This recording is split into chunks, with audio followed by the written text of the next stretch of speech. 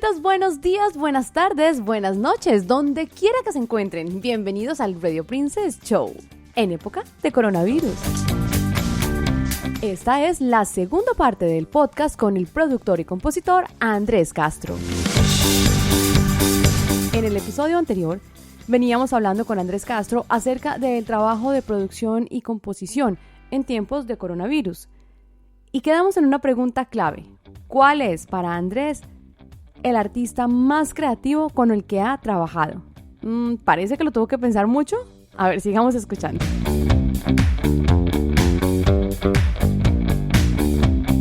Sin pensarlo, Andrés. El artista más creativo para trabajar. Sin pensarlo, llevo como 10 segundos pensándolo. El más creativo, el que a usted lo ha sorprendido, el que le ha dicho a usted, métale una trompeta acá, y usted dice, ¡wow! ¡Qué creatividad!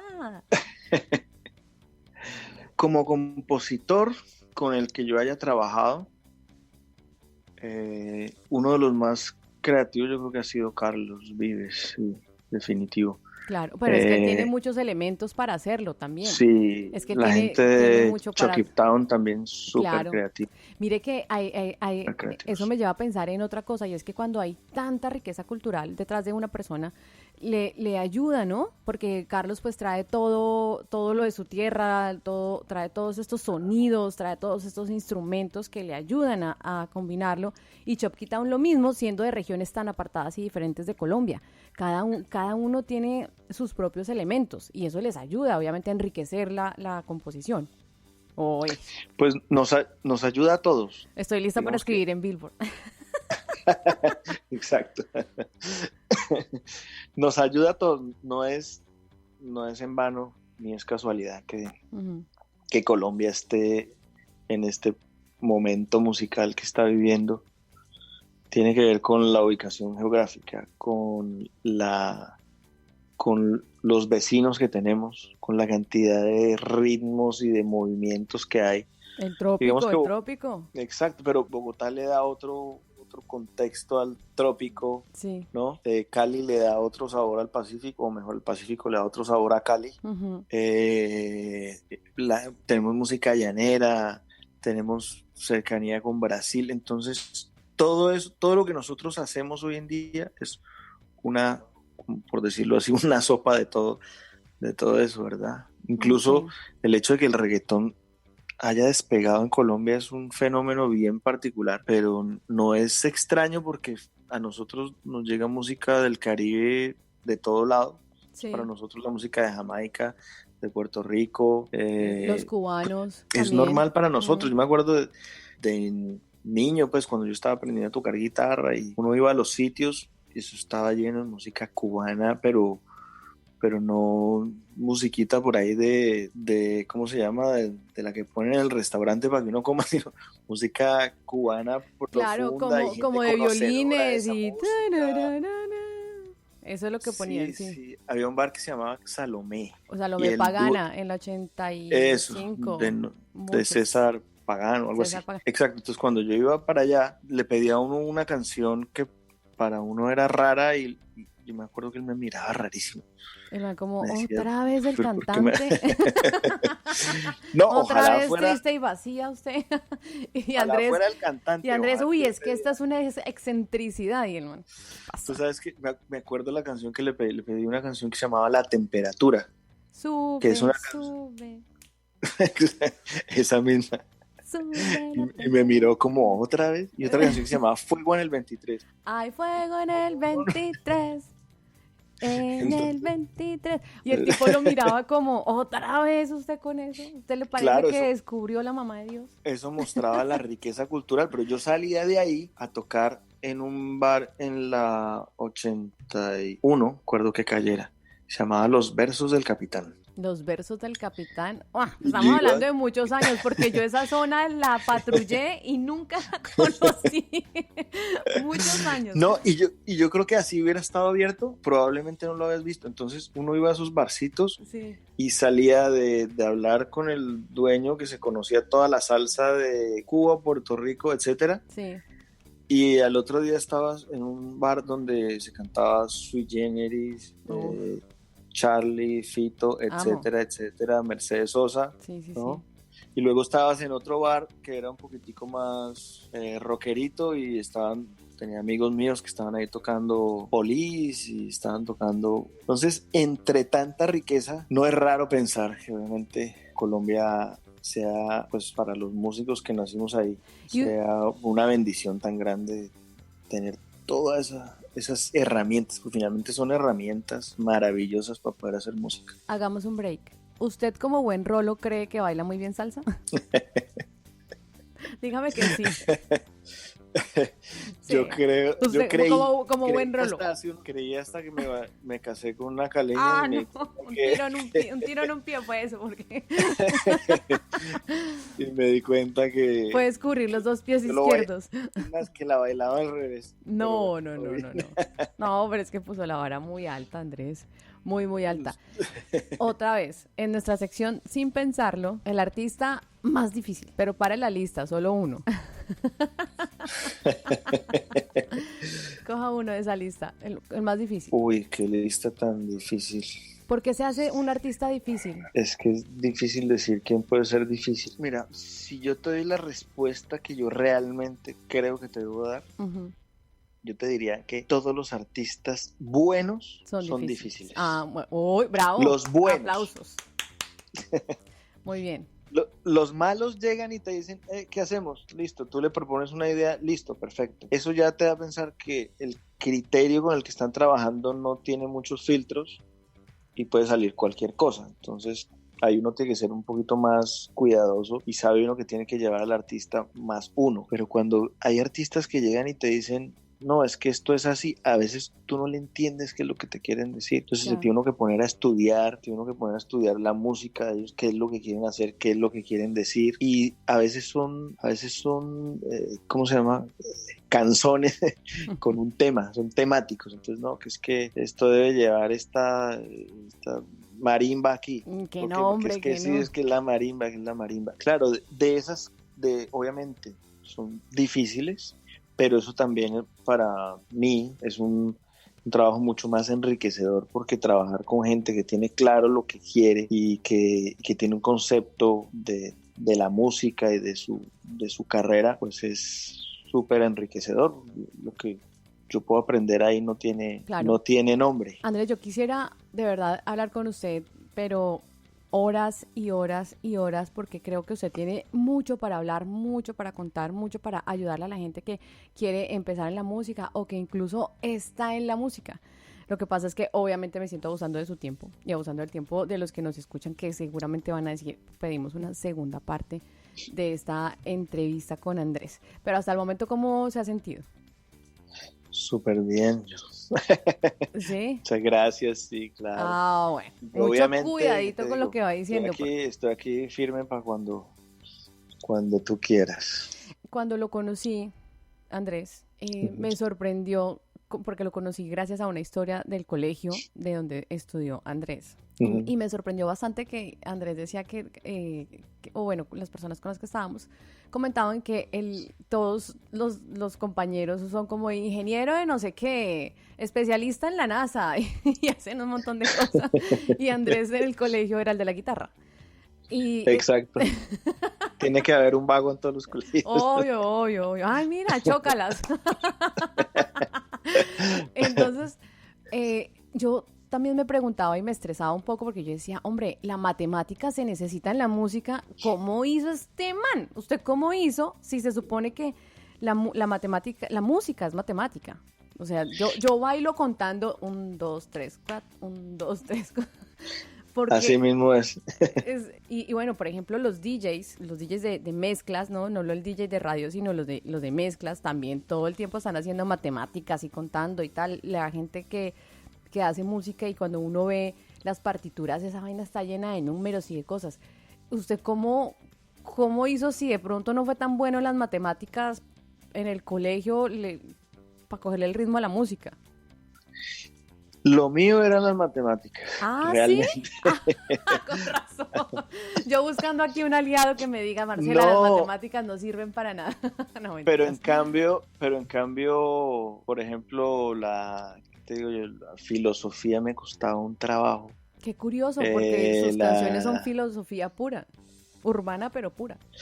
Lo que pasa es que hay dos tipos de músicos. Está el músico que tú, como el que tú acabas de describir, que es el músico matemático, que pues es lo que se usa para la música, para tocar un instrumento, para poder hacer una producción, una canción. Siempre pues la matemática está ahí definitivamente. Sí. Pero está este otro que casi no es músico, que es más como romántico, es como de letras y como de la poesía, es más poeta que músico. Y entonces está escribiendo letras todo el tiempo y a mí me ha sorprendido encontrarme con maravillosos compositores que a duras penas pueden hacer 2, 3 notas en la guitarra. Y me ha sorprendido que generalmente son los mejores. Oh. Los mejores que yo he conocido sí. son muy poco de esa parte matemática. Sí, sí, sí. Y son muy de esa parte romántica, sí, como un poco más, no sé si espirituales, pero sí un poco más hacia las letras, la literatura. Más hacia las letras, Ajá. exacto. Sí, sí. Lectores, comedores de libro compulsivos. A nosotros a veces, a los músicos nos han tirado un poquito duro, diciendo que no leemos y que no bailamos. Y usted. Y la verdad es que... y usted lo confirma. La verdad es que yo leo poco de libros, quiere decir que no lea, pero leo poco.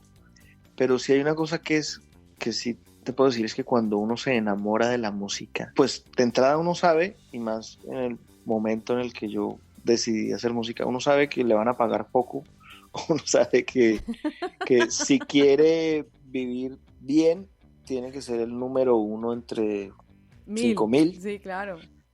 Entonces ya tú entras con una cantidad de cosas que si tú no amas la música no te vas a meter jamás a la música, o lo haces empíricamente, como muchos amigos que yo tengo que son médicos, han tenido otras profesiones y la música la cogen como hobby.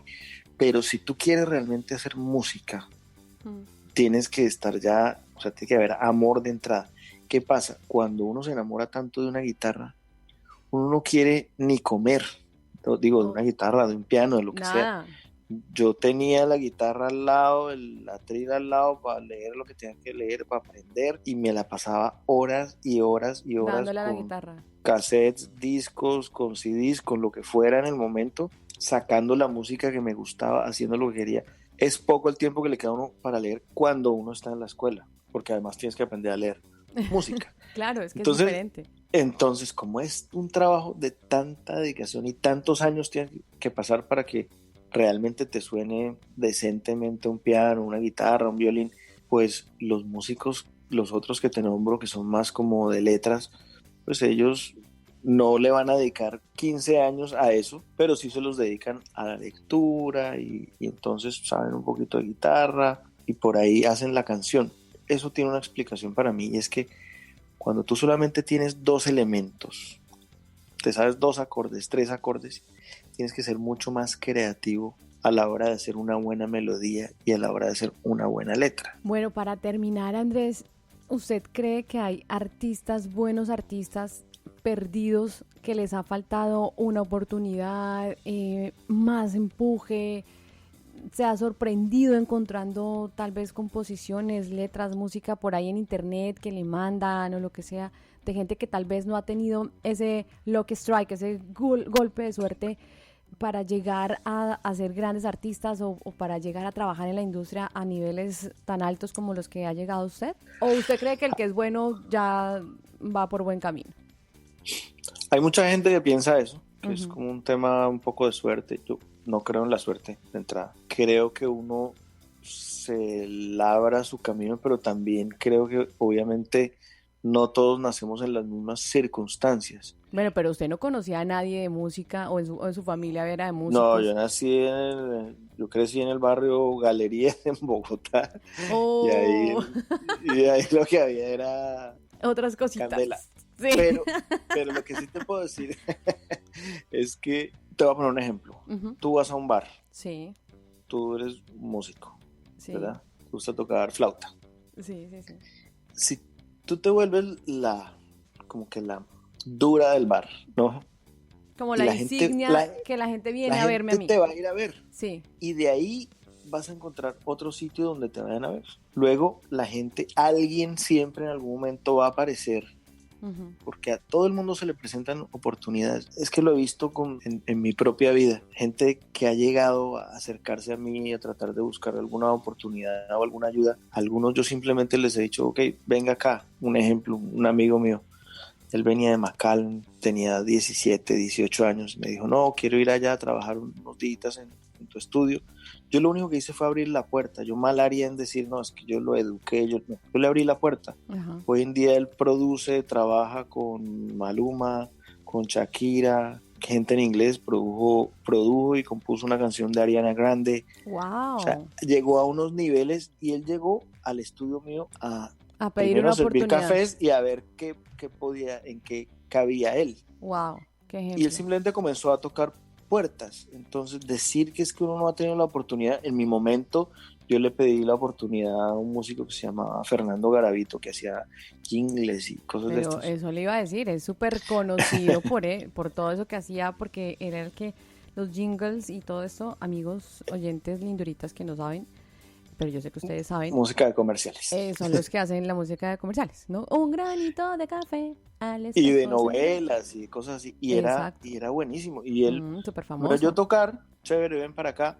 Ese hombre apareció en ese momento y fue, digamos, una bendición para mí, ¿cierto? Pero cuando yo entré a tocar, por ejemplo, con Carlos Vives, yo tampoco llegué por casualidad. O sea, no fue que a mí me presentó, que yo era amigo de Carlos, yo no conocía a Carlos. No fue que estaban en un restaurante y se estrellaron y, ay, Carlos, ay, mucho gusto, yo hago música, venga, trabaje conmigo. No fue suerte, ni casualidad. No, para nada, yo simplemente era fanático de la música que estaba haciendo Carlos, de lo que hacía el guitarrista que estaba ahí antes.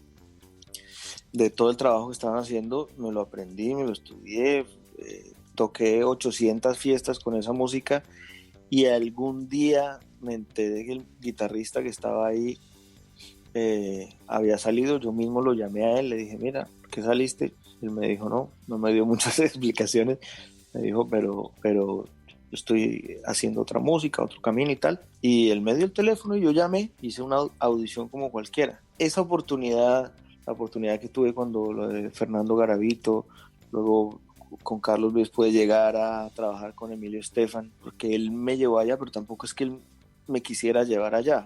Uh-huh. Pasó una situación donde se quedó sin productor y dijo, bueno, vete tú y mira a saber cómo me puedes ayudar con eso, y yo me dediqué fue a trabajar, y estando allá, yo no iba a ser productor de ese disco, resulté siendo uno de los productores de ese disco, y así comenzó la carrera por ese lado. Y con la mayoría de los artistas han sido cosas así. Cuando yo comencé a trabajar con Rayleigh el mexicano también, yo estaba en una salita tocando y él me dijo, oye, ¿qué tocas tú ahí? Y él acaba de salir de una canción que había sido un número 1 en Billboard aquí en Estados Unidos. ¿Qué es cuál? Se llama Amor del Bueno. Ah, canción sota. Y entonces él me dijo, ¿qué tocas tú ahí? Yo comencé a tocar, dijo, hagamos una canción. Claro, ahí es donde está el punto. No está en tener la oportunidad, porque yo estoy seguro que todos tenemos la oportunidad. Cada uno a su nivel y cada uno en su nicho, ¿no? Pero todos tenemos la oportunidad de mostrar nuestro trabajo en algún momento. Lo que hay que hacer es estar preparado para cuando uno tiene esa oportunidad. Ah, muy bien, eso me gusta. Hay que estar preparado para la oportunidad, porque la oportunidad va a llegar si uno se la va a buscar. Sí, hay una canción que a mí me encanta, creo que es de las canciones que más me gusta de salsa, uh-huh, que se llama El Gran Varón, que no la hice yo, me hubiera encantado hacerla, pero la hizo un amigo que se llama Omar Alfano. Sí, claro. Y él me contó lo mismo. Que la gente cree que la hizo Blades, ¿no? No, esa esa canción la hizo Omar Alfano, y él estaba buscando una oportunidad. Llegó al camerino, se la mostró a Willy Colón, y Willy Colón la oyó, se la compró, etcétera. Y ahí comenzó la carrera grande de este gran compositor. Pero ¿qué es lo que seguía después de haber tenido esa oportunidad? Pudo trabajar con Marc Anthony, con todos los grandes salseros. ¿Qué era lo que tenía él? que estaba preparado. Él ya venía de estar escribiendo.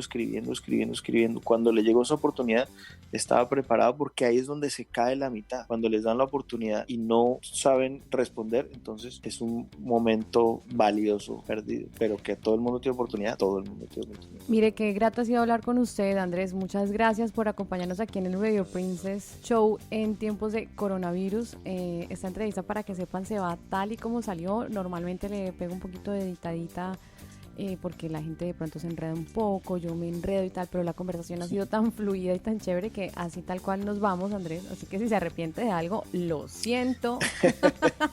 Haga de cuenta que se fue en vivo y así fue.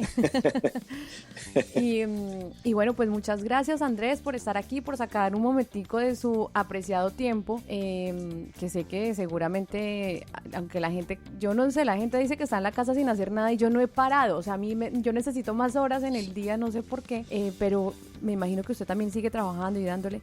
Así que muchas gracias por sacar el tiempo, por acompañarnos, y bueno, cuando salgamos de esto, que podamos brindar y escuchar unas buenas rolas para celebrar que salimos de esto.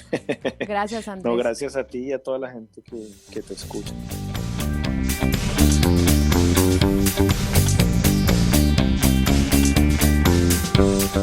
Gracias por escuchar este podcast y recuerden que pueden proponer temas, escribirme, saludar, lo que quieran a través de mis redes sociales en @Marcela Alarcón en Twitter, Instagram y Facebook.